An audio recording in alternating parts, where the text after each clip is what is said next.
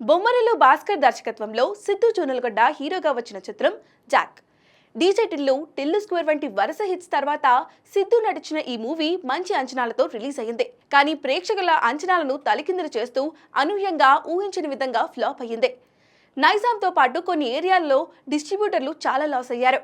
ఈ నేపథ్యంలో నిర్మాతను ఆదుకోవడానికి హీరో సిద్ధు ముందుకు వచ్చినట్లుగా తెలిసిందే. జాక్ సినిమాకు గాను సిద్ధు జొన్నలగడ్డ 8 కోట్ల రూపాయల పారితోషికం అందుకోగా అందులో నుంచి సగం అంటే 4 కోట్ల రూపాయలు నిర్మాతకు తిరిగి ఇచ్చి తన పెద్ద మనసును చాటుకున్నాడట. దీంతో నెటిజన్లు, సినీ ప్రముఖులు, అభిమానులు సిద్ధు మంచితనాన్ని ఆకాశాన్ని తెస్తున్నారు. సోషల్ మీడియాలో సిద్ధుపై ప్రశంసల జల్లు కురిపిస్తున్నారు.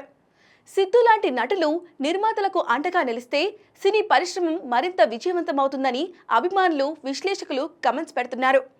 జాక్ విషయంలో సిద్ధు తీసుకున్న నిర్ణయం ఆయనను కేవలం ఒక నటుడిగా కాక ఒక బాధ్యతాయుతమైన వ్యక్తిగా సినీ పరిశ్రమకు ఆదర్శంగా నిలిపిందని అంటున్నారు.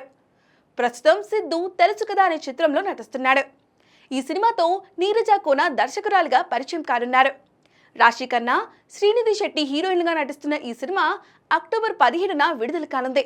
ఈ సినిమాతో సిద్ధు మంచి హిట్ కొట్టాలని భావిస్తున్నాడు.